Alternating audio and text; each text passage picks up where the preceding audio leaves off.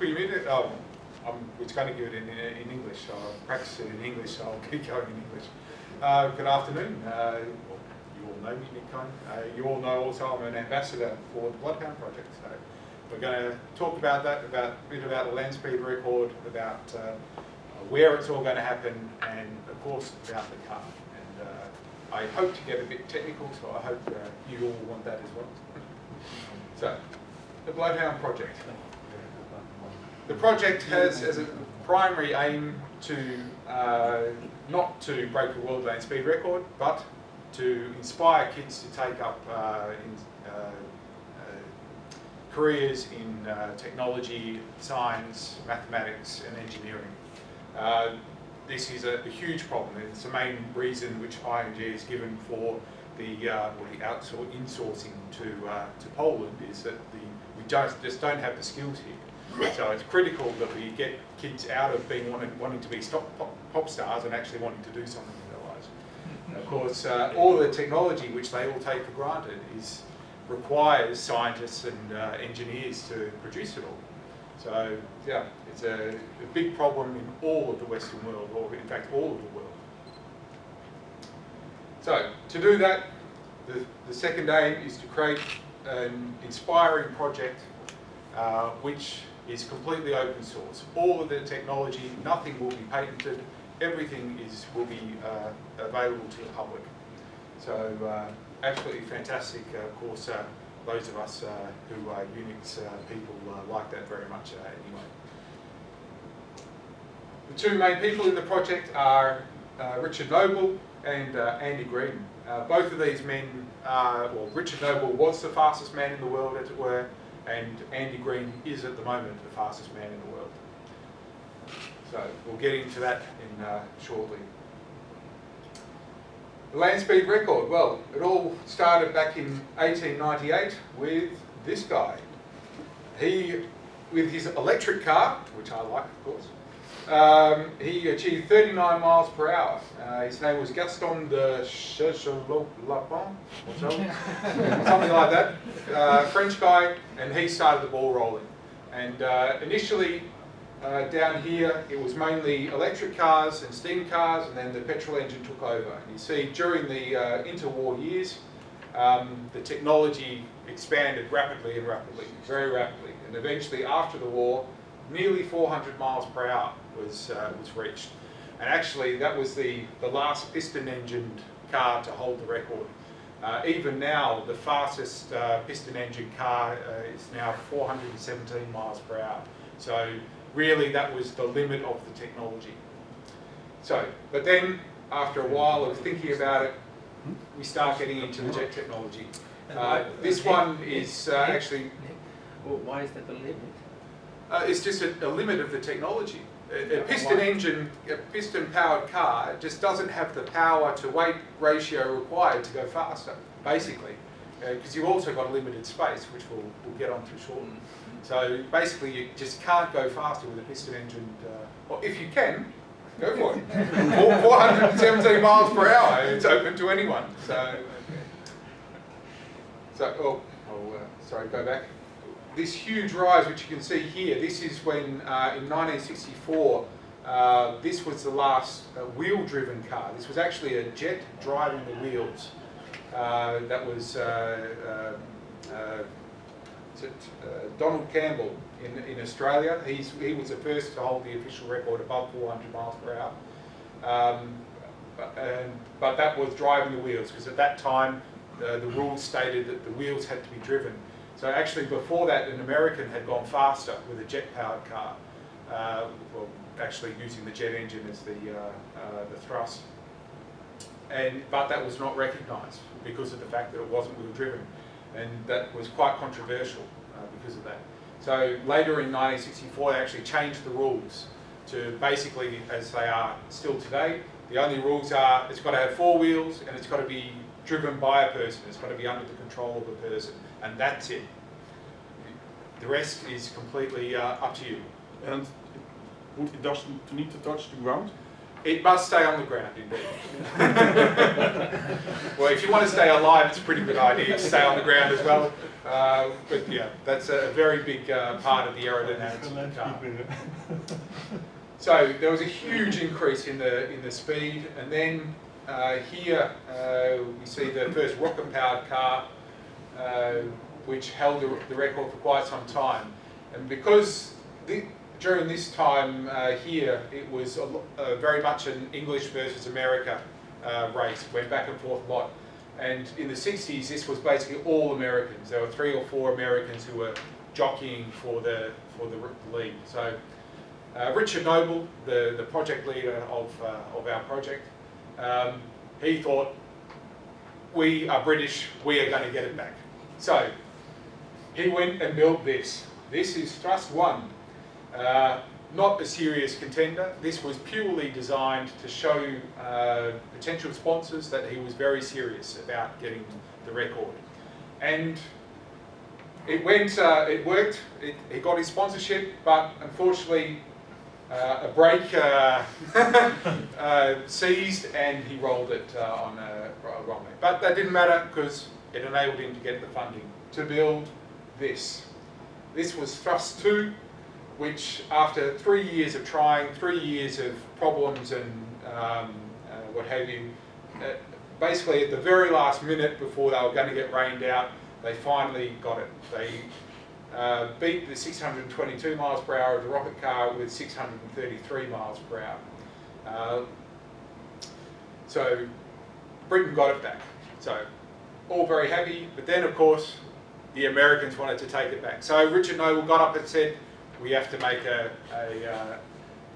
challenger. But he didn't want to just make any challenger, he wanted to break the speed of sound. He wanted to reach the speed of sound. When he was just in the beginning phases of that, he ran into Ron Ayres. Ron Ayres at that time was just retired as an aerodynamicist with the British government. He'd worked a lot on missile programs and stuff, the Bloodhound missile, which is where Bloodhound gets its the project name. And he, like everyone else, said, "You're crazy. No, that just can't work. You know, you're going to kill yourself." But he thought, well, if you were going to design a supersonic car, what would it look like? And he came up with this. This is Thrust SSC, the current world land speed record holder. And here you see it in the early runway testing with Andrew Green, the driver. I like you see, well, you might be able to see it's got rubber wheels on it here, which you didn't have in the desert. And Thrust SSC lived up to its name. It was the first supersonic car. Here you see a very unique photo. The desert was still dry at this time. There was a dust layer on top, and that was picked up by the shock wave. Picked that up. Just after this run, actually, it rained, and so we didn't see this effect anymore after that. So, just to give you a sample of what it's like, this is a run. This is one of the supersonic runs. This is a nice change. As you can see, it starts off very slowly, and that's because one of the problems with Thrust SSC was the jet inlets were so low to the ground that if he opened up the throttles from 0 miles per hour, it would just suck the desert in. So he had to put it up to 20% power and just wait for it to speed up to 100, 150 miles per hour before he could increase the throttle. So in Bloodhound, this will go much faster. Because Bloodhound's got a higher jet intake, it'll be able to give it full gas from the word go. 30 miles an hour. Come out. So it's now being able to, 80 miles per hour, is able to put up the throttle. 150, come in there. 150, so it puts on the afterburner, and from here it goes very, very quickly. Focus on still gas and 15 come out. Very quickly. See full afterburner. Perfect. 500. Maximum acceleration, problem for the camera. So you'll bring it back. Bring it back. 2600 seconds. 600. 700.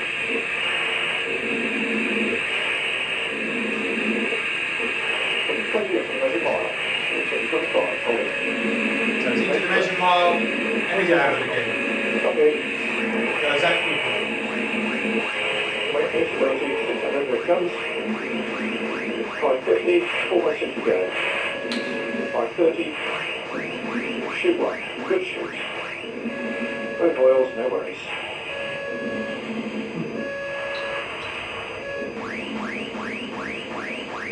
Man, that was hard work.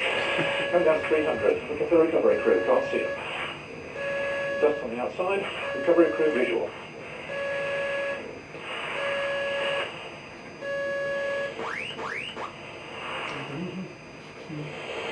$200, how are we doing on recovery? Looking nice, got a mile to go.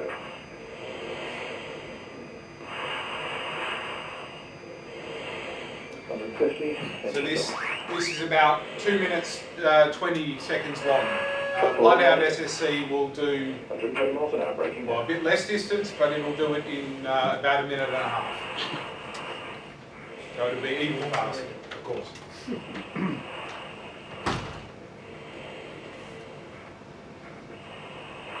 So what speed did it reach? The record is 763 miles per hour, which on that day was just above the speed of sound at that point, because of course the speed of sound is variable depending on temperature and pressure and a whole lot of things. So it was Mach 1.02. So that's where we are at the moment. You can see the piston engine age followed by the jet engine age, and that's where we've been since 1997. So the Americans haven't done anything. Well, this is the next point. About 5 or 6 years after this, or 5 or 6 years ago, I should say, Steve Fawcett, who was a serial land speed or world record breaker, he has many, still has many aviation world records. He bought the car which drove against Thrust SSC, which was Craig Breedlove's car, and he modified it to make it safe, and he was going to run it, but he got killed. He crashed his plane in the mountains in Western America. Yeah. But that was the trigger for starting the Bloodhound Project, indeed. Because, again, the Americans were wanting to take it back, so we've got to defend it. So But, MI5 has nothing to do with it. as far as I know, not. So they're still unchallenged then? Well, I'll get onto that in just a moment. So, what's the future hold? Well, if it's up to Bloodhound, this is what the future will be. Next year, they want to achieve 800 miles per hour, and in 2014, they want to achieve 1,000 miles per hour. It's more than 1,600 kilometers per hour. And actually, the top speed of the car is 1,690. That's the design top speed. So, but we're not the only ones. In fact, there are more people saying that they want to get the world land speed record now than I think ever before in history.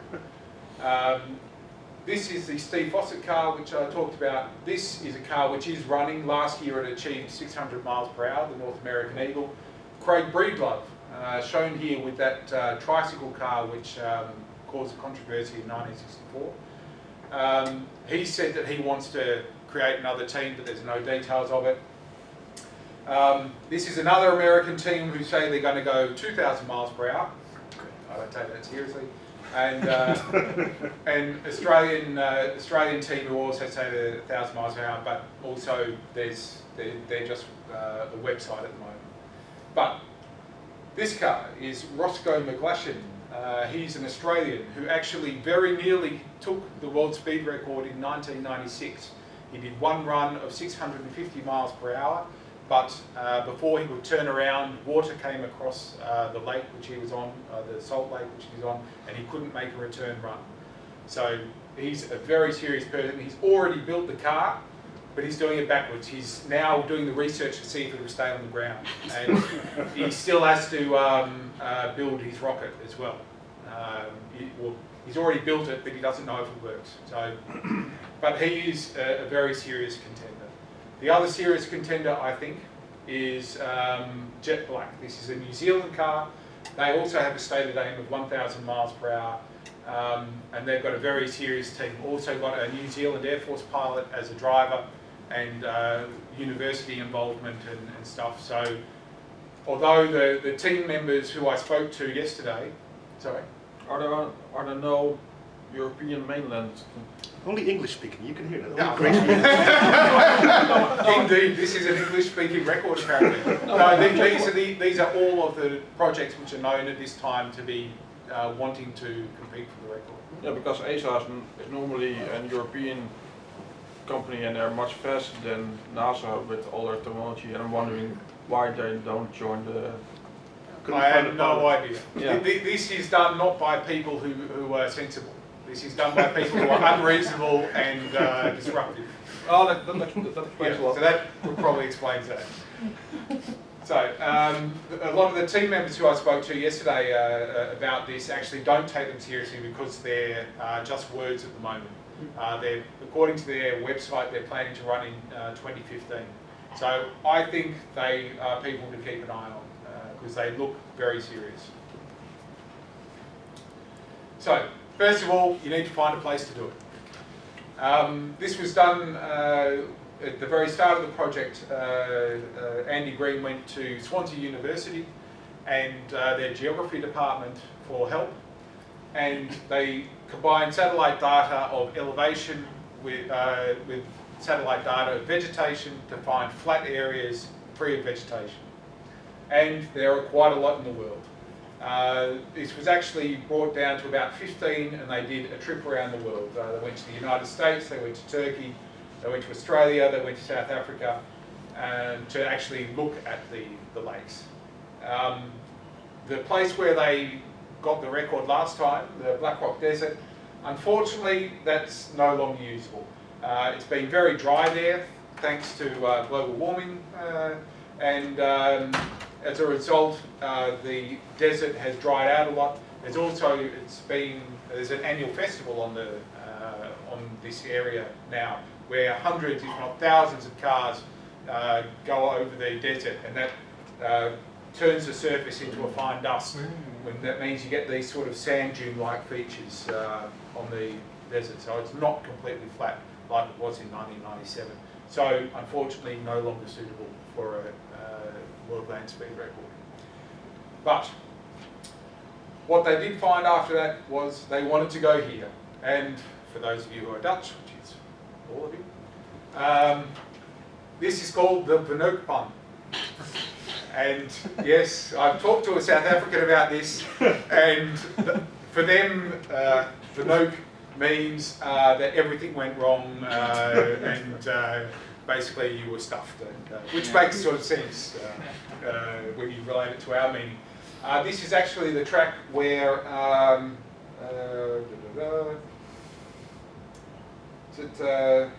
Donald Campbell broke the world land speed record, and his track is actually still visible today. He had to clear a track because there were stones all over the surface here, and there's also these fences which have been put in the meantime. Bloodhound would require a track to go basically along here. And when they looked at this, they did a detailed survey and they came to the conclusion that it would just cost too much work. But during this time, the second time they went back to this place, they developed a very good relationship with the provincial government, the Northern Cape regional government in South Africa. And they suggested, well, why not here? This is the Husking Pan. This was looked at during the initial survey, but it was ruled out very simply because you can probably just see the line across here. There was a road going across, a dirt road going across the middle of the lake, which was actually a raised causeway. So that meant that this distance was only about 9 miles, so it just wasn't long enough. But as you can see from this Google Maps image, there's now a new bitumen road going right across the top. So this, so the old road can be removed and has been removed, and then you've got a track from the bottom here up to about here of 12 miles, which is exactly what they were looking for. It's got fantastic access, which was a problem with a lot of the other sites.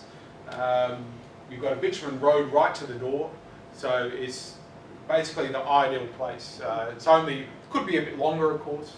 The more length, the better. But this is what it looks like. You can see also the road, the old road which went across here. Very, very, very flat. How flat? Well, they measured it. This is at readings every 10 metres over a 2 kilometre distance. And you can see here, this is centimetres. So over 2 kilometres, there's a variation of just 6 centimetres. It's incredibly flat. This was actually, they surprised them just how flat it was. But it also had problems.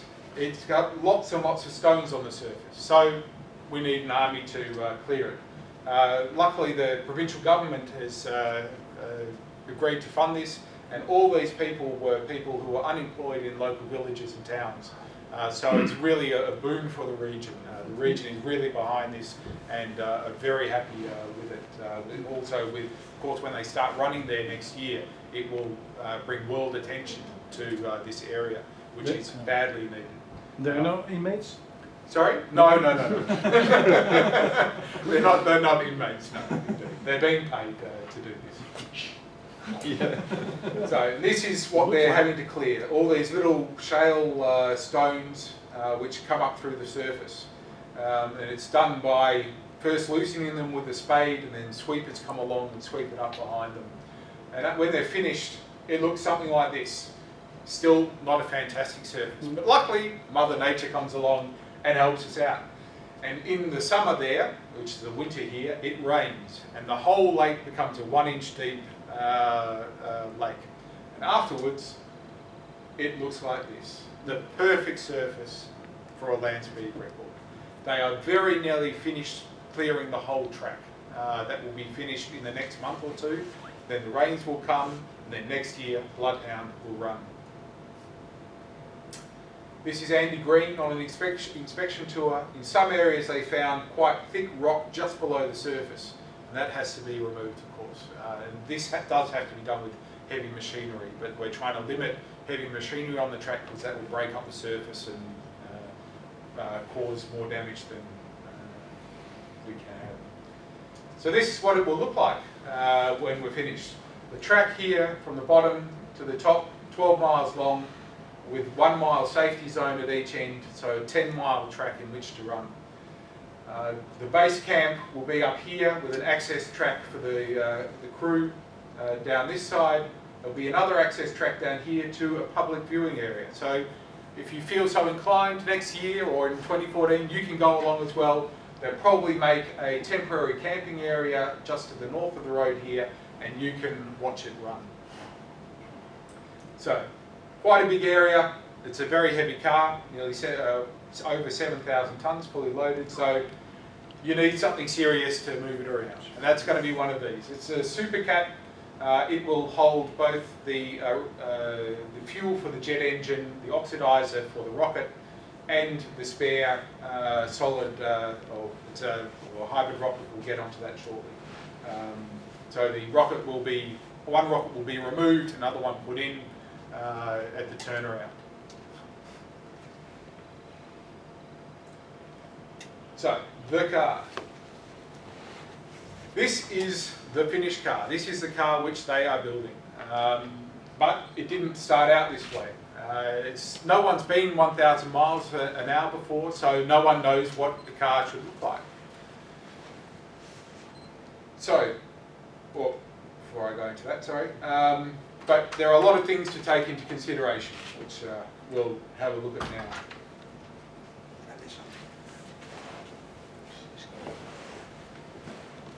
If a sports car can do 250 miles an hour, why not just get 4 engines and do 1,000? This is a question my son asked the other day, and while the math seems to add up, there's one very important thing which means this can't work, and that is drag. Drag is the force that you feel when you try to move something through the air. The odd thing about it is that it gets much stronger the faster you try to move through it, until eventually you don't have the power to go any faster. Think of a skydiver. When he jumps from a plane, he doesn't keep accelerating all the way down. He reaches a point where the drag equals the force of gravity, and he doesn't move through the air any faster. It's exactly the same when you drop a stone in a pond. It briefly accelerates, and then floats down at an even speed. This graph shows just how much the drag increases as we accelerate our car to 1,000 miles per hour.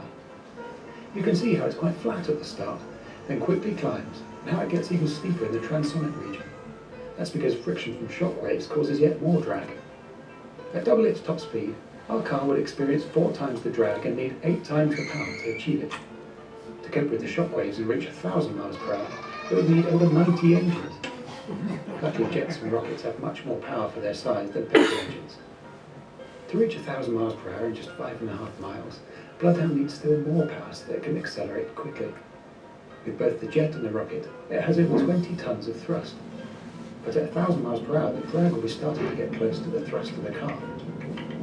On the plus side, drag will play a very important role in helping to stop the car. As the engines are switched off, the air will have a braking force of around 15 tons, and you will certainly feel that in the cockpit. Later on, the air brakes will deploy, increasing the frontal area and helping to slow the car further. And finally, parachutes, if they are used, will do the same thing again.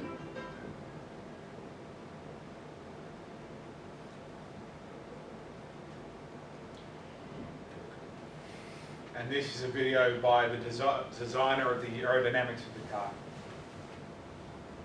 I'm sometimes asked whether we use mathematical optimization techniques It's getting a to bit old. design Bloodhound. How old was this? Well, it's a nice idea, 80. but there are practical problems in doing so.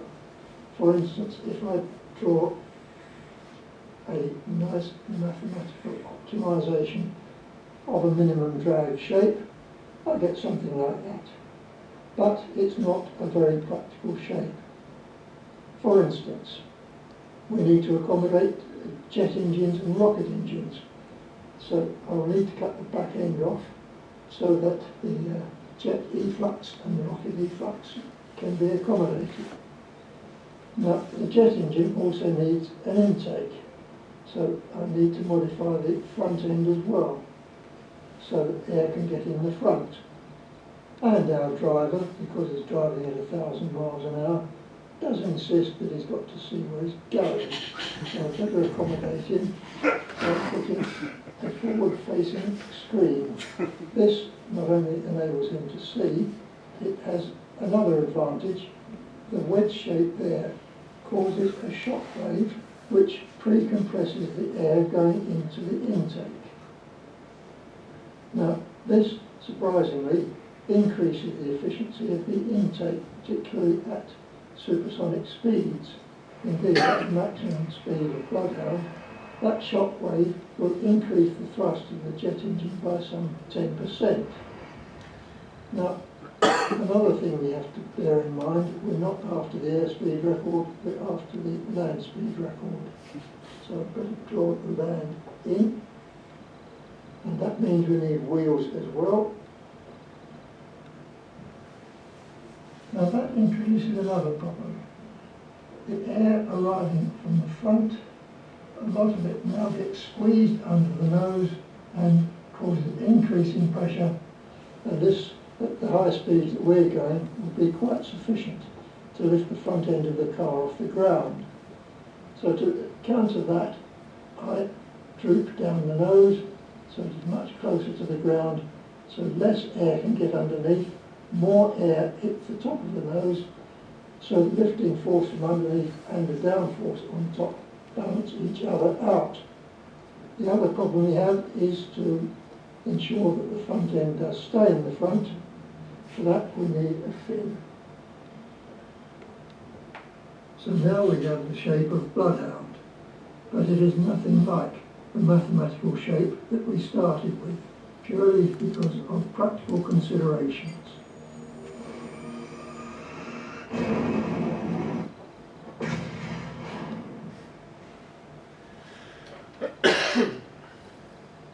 To do that, they use computational fluid dynamics. They came up with a design, which we'll have a look at shortly, and asked the computer, what's this going to do? You can see the shock waves coming off the, this is at top speed, shock waves coming off the nose, off the canopy, as he talked about, but also off the tail and the wheels. The rear wheels will also produce shock waves.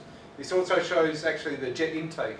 And these tests were the first where they were looking at the specific design of the jet intake. So they want to see exactly what happens inside there. And you can see the rocket and the jet exhaust at the back. So this is the evolution of Bloodhound.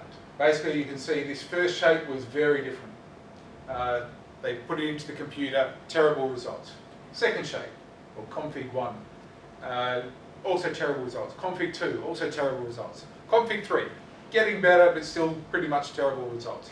That was the first car when they officially launched the project in 2008.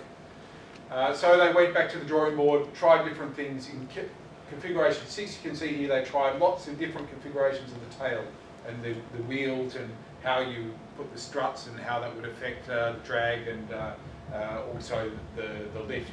Because with the major problem going supersonic with the car is that at high speeds there's a high pressure region created by the shock waves, which will be quite enough to lift the car.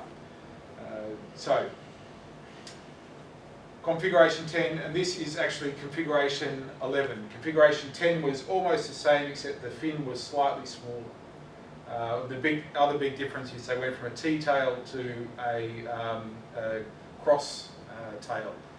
That meant, believe it or not, that the fin, this small fin here, has just as much aerodynamic power as this big fin.